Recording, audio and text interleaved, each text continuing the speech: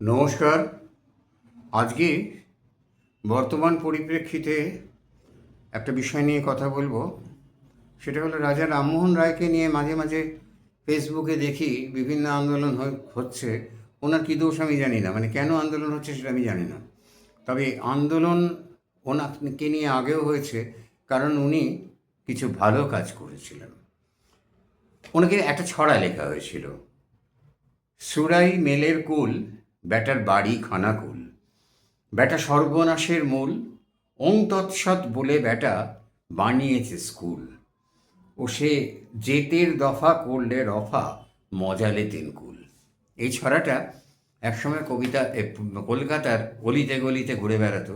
স্কুলের ছেলেরাও পথে, মেয়েরা তখন পড়তো না, স্কুলের ছেলেরা পথে ঘাটে এই ছড়া গেয়ে বেড়াতো।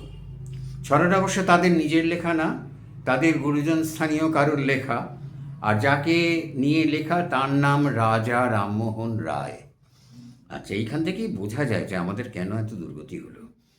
তার অপরাধ ছিল একটা নয়, অগুন্তি। তিনি ছিলেন এদেশের ভয়াবহ সতীদাহ এবং সহমরণ প্রথার বিরুদ্ধে।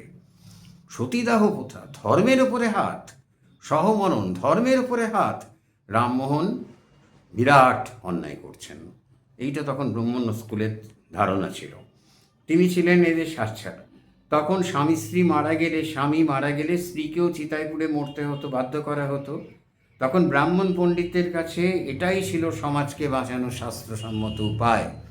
আর এই শাস্ত্রের বিরুদ্ধে কথা বলা তো বিরাট পাপ, ধর্ম যা বলেছে মেনে নিতেই হবে। রামমোহন ছিলেন এই বর্বর নিয়মের বিরুদ্ধে খড়গহস্ত। পাতার পর পাতা প্রবন্ধ লিখে, প্রতিবাদ লিখে তিনি বাতিল করান এবং করেন এই প্রথা সরকার পক্ষকে দিয়ে আইন তৈরি করিয়ে। একটা অপরাধ। রামমোহনের দ্বিতীয় অপরাধ, তিনি ইংরেজি শিক্ষা আর মেয়েদের লেখাপড়া শেখার পক্ষে ছিলেন। 1830 পাদ্রি ডফ কলকাতায় এসেছেন। তখন গোটা কলকাতা 5,000-এর মতো ছেলে স্কুলে পড়াশুনো করে। গোটা কলকাতায় 5,000 ছেলে, তার মধ্যে মাত্র 500-র মতো ছেলে ইংরেজি শেখে। ডাফ কলকাতায় আসতেই জেনারেল বিটসন তাকে জানালেন, এক্ষুনি রাজা রামমোহনের সঙ্গে দেখা করো। আর প্রথম আলাপে রামমোহন জানালেন সে বিদ্যালয়ের পাঠ শুরু হওয়ার আগে বাইবেল থেকে লর্ডস প্রেয়ারের কিছু অংশ আবৃত্তি করাতে তার আপত্তি নেই। তার মতে শিক্ষার মধ্যে থাকবে ধর্মবোধ, আর ধর্মবোধ হবে উদার। রামমোহন ডফকে আরও জানালেন, তিনি যদি নূতন করে বিদ্যালয় করতে চান, তার শিক্ষার বাহন যেন হয় ইংরেজি ভাষা। কারণ তখন আমাদের যা অবস্থা, ইংরেজি ভাষাটা না শিখলে আমাদের পক্ষে এগোনো সম্ভব হচ্ছে না।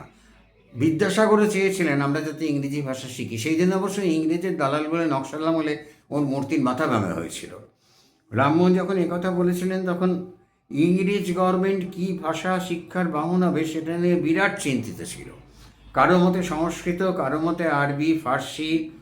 তখন মেকলে সাহেবের বিখ্যাত সিদ্ধান্ত ঘোষণা করা হয়েছিল এর 5 বছর পরে শিক্ষা নিয়ে নীতি।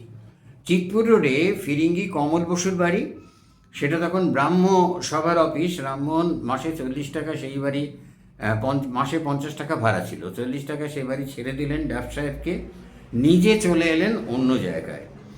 এর আগে রামমোহন নিজের খরচে হেদোয়ার কাছে এখনকার আজাদিনবাগের দক্ষিণ পূর্ব কোণে খুলেছিলেন একটা স্কুল, নাম অ্যাংলো হিন্দু স্কুল। রাজা রামমোহন আরও অনেক অপরাধ, যেমন তিনি বহু বিবাহের বিরুদ্ধে ছিলেন। এটা তো ধর্মে বলেছে বহু বিবাহ করতে হবে। বাল্যবিবাহের বিরুদ্ধে ছিলেন, জাতিভেদের বিরুদ্ধে ছিলেন। তিনি বাঙালির শারীরিক শক্তি চর্চার পক্ষে ছিলেন। শক্তি বৃদ্ধির জন্য মাংস আহার করতে বলতেন, তখনকার দিনে মাংস লোকে খেত না। তিনি মূর্তি পূজার পক্ষে নন। সবচেয়ে আশ্চর্য, তিনি হিন্দু হয়েও, ব্রাহ্ম হয়েও তার চোখে এবং মনের দরজা খুলে রেখেছিল অন্য ধর্মেরও মূল সত্যের দিকে। মূর্তি পূজার না করলেও দ্বারকানাথের বাড়িতে যে মূর্তি পূজা হতো তাতে তার আপত্তি ছিল না। তার ভেতরে উদারতা ছিল। নমস্কার।